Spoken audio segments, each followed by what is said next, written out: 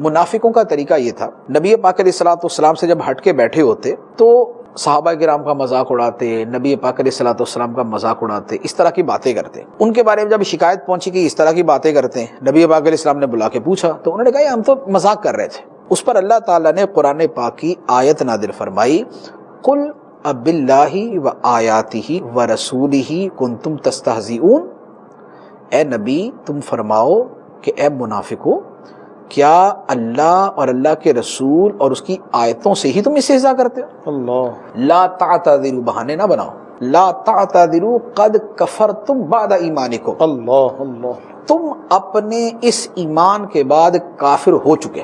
استغفر یہ اللہ۔ قرآن پاک کی آیت، یہ اللہ تعالیٰ کا فتویٰ ہے ان لوگوں کے اوپر جو مذاق میں، مزاح میں، کامیڈی میں، گپ شپ میں، وقت گزاری میں، جسٹ فار جوکنگ میں، جو اللہ کے رسول اور اللہ کی آیتوں کا مذاق اڑاتے تھے۔ اللہ تعالیٰ نے یہ فرمایا کہ کیا تمہیں خدا ہی ملا مذاق اڑانے کے لیے؟ کیا خدا کا رسول ہی ملا مذاق اڑانے کے لیے؟